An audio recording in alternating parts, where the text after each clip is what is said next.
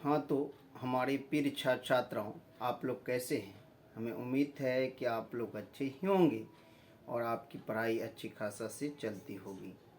तो आइए my dears, आपका मात्र अब 15 दिन मान के चलिए, 15 दिन तो नहीं, 15 दिन में एग्ज़ाम है। 14 दिन बचा हुआ, 17 फरवरी से आपका एग्ज़ाम होना है। आप ये 14 दिन में से आपको 13 दिन पढ़ना है।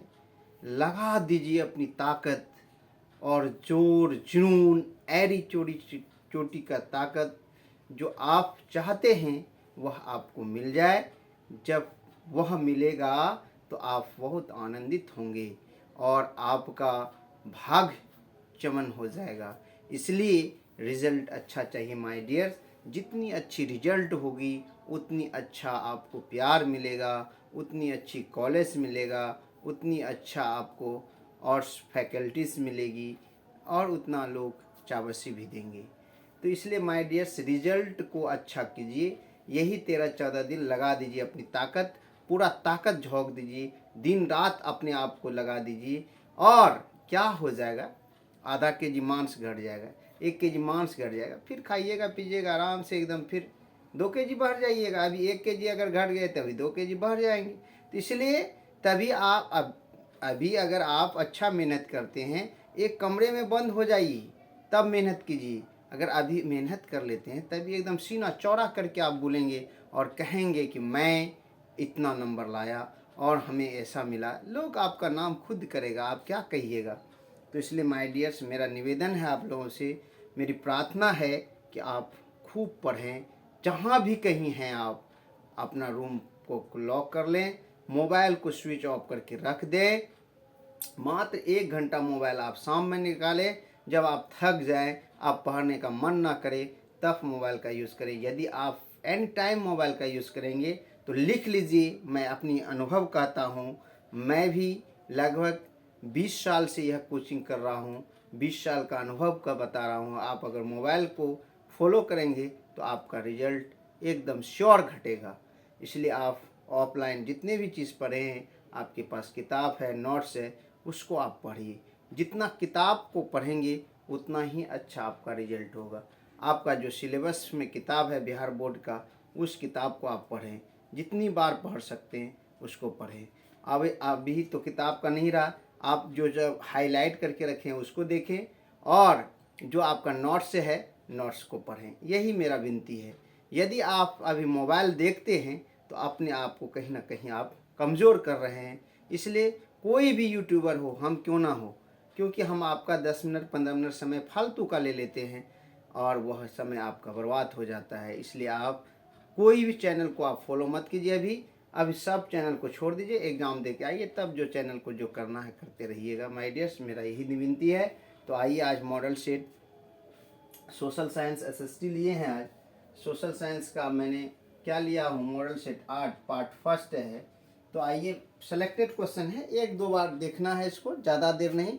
अगर आपको फिर नहीं अगर आप देख भी नहीं सकते हैं तो कम से कम सुन लीजिए, बस हो गया। आपको ज़्यादा कुछ नहीं करना है। अब देखिए, गैरीबाल्डी पेशे से क्या था। मेरा पहला क्वेश्चन है इस टॉपिक का, गैरीबाल्डी पेशे से क्या था, तो ये नाविक था। सेलेक्टेड क्वेश्चन है एकदम, आप पढ़े होंगे। ये क्या है, नाविक है। तो क्या थे गैरीबाल्डी पेशे से, क्या थे, नाविक थे। किस युद्ध के बाद जर्मनी का एकीकरण हुआ, तो याद रखेंगे, सेडन के युद्ध के बाद जर्मनी का एकीकरण हुआ। सेडन के युद्ध के बाद,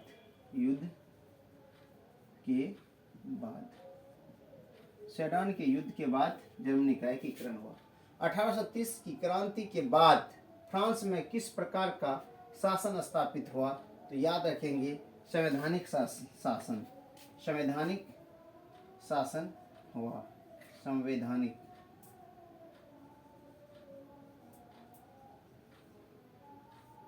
संवैधानिक शासन याद रखेंगे। 1830 की क्रांति के बाद, है ना, क्रांति के बाद फ्रांस में किस प्रकार की शासन स्थापित हुई, संवैधानिक शासन। साम्यवादी घोषणा पत्र के लेखक कौन थे, तो याद रखेंगे, कार्ल मार्क्स था। कौन था, कार्ल मार्क्स।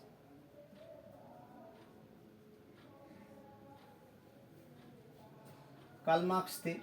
तो अब आइए किसे साम्यवादियों का संस्थापक के रूप में जाना जाता है, तो ये भी कार्ल मार्क्स ही है। कौन है? Karl Marx. Karl Marx. तो नेक्स्ट आइए, the history of the loss of Vietnam किसने लिखा? तो ये लिखा, याद रखिएगा, ये किताब का नाम है the history of the loss of Vietnam. किसने लिखा? फान बोई चाओ। फान बोई चाओ। फान बोई चाओ, याद रखिएगा, फान बोई चाओ ने लिखा था। अंकोर वाट, अंकोर वाट का मंदिर का निर्माण किस शासक द्वारा किया गया था? तो याद रखेंगे, सूर्यवर्मा द्वितीय के द्वारा। सूर्यवर्मा द्वितीय। सूर्यवर्मा द्वितीय। सूर्यवर्मा द्वितीय के द्वारा किया गया था। नेक्स्ट है, हिंद चीन में बसने वाले फ्रांसीसी नागरिक को क्या कहा जाता था? कोलोन कहा जाता था। क्या कहा जाता था? कोलोन। कोलोन कहा जाता था माय डियर्स। क्या कहा जाता था? कोलोन। किसको? हिंद चीन में बसने वाले फ्रांसीसी नागरिक को कोलोन कहा जाता था। याद रखेंगे, क्या कहा जाता था? कोलोन। किसको? हिंद चीन में बसने वाले नागरिकों को, फ्रांसीसी नागरिकों को कोलोन कहा जाता था। रंपा विद्रोह कब हुआ? तो याद रखेंगे, रंपा विद्रोह 1916 में हुआ था, और 1916 से शुरू हुआ, 17, 18, 19, 20, 21 तक चला। तो याद रखें, कहीं कहीं आप 17 भी दे देगा, तो 1916 ईस्वी याद रखेंगे, 1916 से स्टार्ट हुआ था। हिंद स्वराज के लेखक कौन थे? हिंद स्वराज एक किताब है। हिंद स्वराज क्या है माय डियर? किताब है। ये महात्मा गांधी की किताब है। सुन लीजिए हिंद स्वराज के विषय में। हिंद स्वराज जब इंग्लैंड से महात्मा गांधी अफ्रीका जा रहे थे, नाव पर बैठे थे, तो नाव पर ही एक किताब लिख दिया जिसका नाम हिंद स्वराज रखा गया। और इसी किताब में महात्मा गांधी अंग्रेजों को क्या कहा? बांझ और वेश्या कहा है इसी किताब में। और इसी किताब में उसने अपना पूरा यात्रा के दौरान पूरी एक किताब को लिख दिया, हिंद स्वराज। एक सफर में। हिंद स्वराज के लेखक कौन है? तो महात्मा गांधी है। महात्मा गांधी, याद रखेंगे। महात्मा किसने कहा था गांधी जी को? रविन्द्रनाथ टैगोर। याद रखेंगे, कौन ने कहा था? रविन्द्रनाथ टैगोर। सिंगापुर कब आज़ाद हुआ? तो सिंगापुर जो आज़ाद हुआ माय डियर्स 1965 ईस्वी को। कब हुआ? 1965 ईस्वी को आज़ाद हुआ। सिंगापुर कब आज़ाद हुआ? 1965 ईस्वी को। गांधी जी ने भारत में पहला सत्याग्रह का प्रयोग कहाँ किया? गांधी जी ने भारत में पहला सत्याग्रह का प्रयोग चंपारण बिहार में किया। चंपारण की धरती, चंपारण बिहार। चंपारण जिला में कहाँ है? बिहार के जिला है, चंपारण बिहार में किया पहला सत्याग्रह प्रयोग। स्पिनिंग जेनी का आविष्कार कब हुआ था माय डियर्स? ये 1770 ईस्वी में हुआ था। 1770 ईस्वी में हुआ था। स्पिनिंग जेनी का आविष्कार कब हुआ था? 1770 ईस्वी में हुआ था। भारत के लिए पहला फैक्ट्री एक्ट कब पारित हुआ? तो याद रखेंगे, पहला फैक्ट्री एक्ट जो हुआ था 1918 में हुआ था। कब हुआ था? 1918 में। 1918 में हुआ था माय डियर्स, 1918 में। इंग्लैंड में सभी स्त्री एवं पुरुषों को वयस्क मताधिकार कब प्राप्त हुआ? तो सभी स्त्री एवं पुरुषों को ये भी 1918 में हुआ था। कब हुआ था? 1918 में। 1918 में सभी को हुआ था। क्या मिला था? मत देने का अधिकार। मत देने के अधिकार को कौन सा अधिकार कहते हैं? मताधिकार कहते हैं। गार्डन सिटी की अवधारणा किसने विकसित की? तो याद रखेंगे, Ebenezer Howard, Ebenezer Howard, Ebenezer Howard, Howard, Ebenezer Howard ने दिया था गार्डन सिटी। किसका अवधारणा? गार्डन सिटी की अवधारणा किसने विकसित की? एवेनेजर हावर्ड। लंदन में प्राथमिक शिक्षा कब लागू हुआ? तो 1870 ईस्वी में, 1870 ईस्वी में प्राथमिक शिक्षा लागू हुई। गोल घर का निर्माण कब हुआ था माय डियर्स? 1786 ईस्वी में हुआ था। गोलघर कहाँ है? पटना में है। गोलघर कहाँ है? पटना में है। क्यों बनाया गया था माय डियर्स? ये अनाजों के संग्रहण के लिए। उस समय अकाल आ जाता था तो सैनिकों की खर्च मुक्त हो जाती थी, कम हो जाता था, इसलिए अनाज का भंडारण करने के लिए पटना में गोलघर का निर्माण 1786 ईस्वी में किया गया था।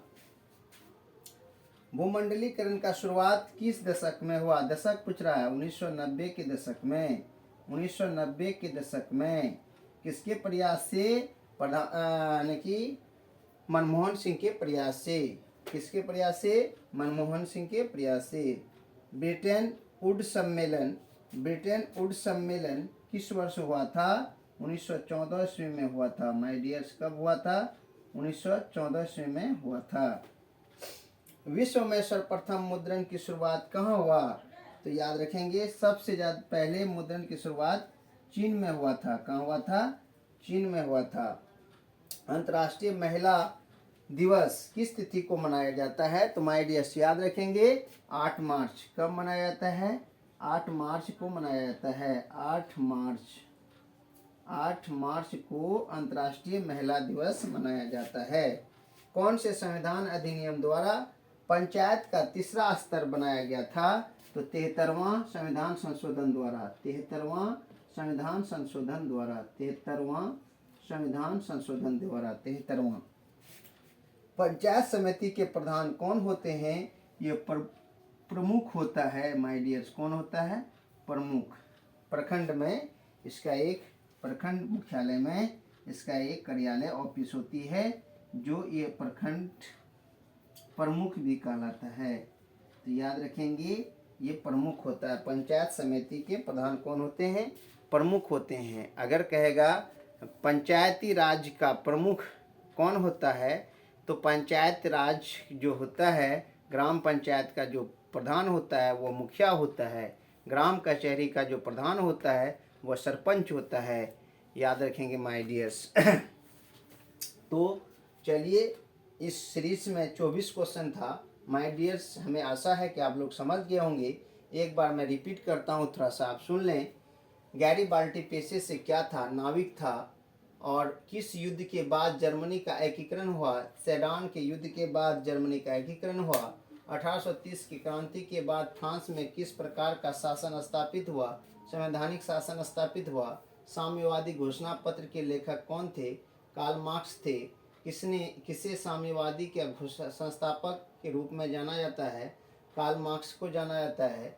The history of the loss of Vietnam किसने लिखा? फान वेइचाओ ने लिखा। अंकोर वाट का मंदिर का निर्माण किस शासक द्वारा करवाया गया था? सूर्यवर्मा द्वितीय के द्वारा करवाया गया था। हिंद चीन में बसने वाले फ्रांसीसी नागरिक को क्या कहा जाता था? कोलोन कहा जाता था। रंपा विद्रोह कब हुआ? 1916 ईस्वी में हुआ।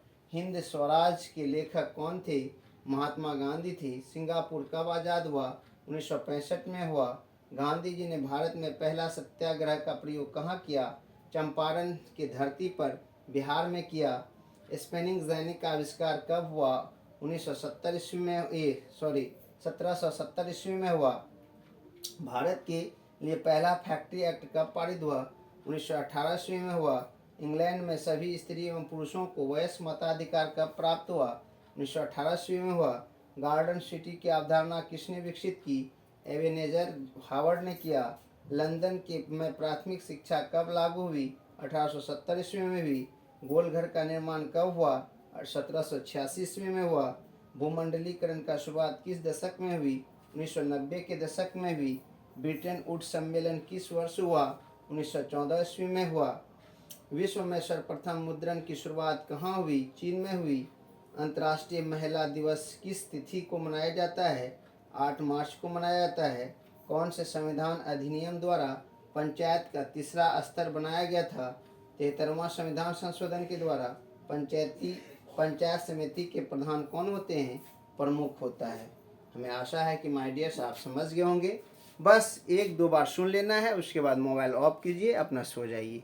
और आपको कोई चैनल सुनने की ज़रूरत नहीं है और उतना आपको यूट्यूब पर रहना भी नहीं है माय डियर्स। यूट्यूब अगर आप सुनते हैं तो आप समझिए कि आपका श्योर परसेंटेज कम होगा।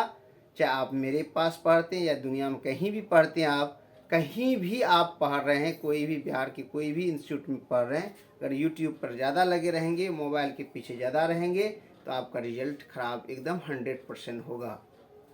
इसी के साथ आप लोग यदि मेरा कंटेंट पसंद आ गया है तो लाइक ज़रूर करेंगे। अगर चैनल पर नहीं हैं सब्सक्राइब कर लें चैनल को, बेल आइकन को ऑल कर लें, जो सबसे पहले नोटिस आपको मिलेगा किसी तरह का कंटेंट मेरे चैनल पर आएंगे। और यदि चैनल को सब्सक्राइब कर लिए हैं तो दोस्तों को ज़रूर शेयर करें माय डियर्स। हमें यही आशा है आपसे, तो आप मेरा कोऑपरेट करें, मैं आपका हमेशा आभारी रहूँगा। इसी के साथ मैं अपनी वाणी को विराम देता हूँ। जय हिंद, जय भारत।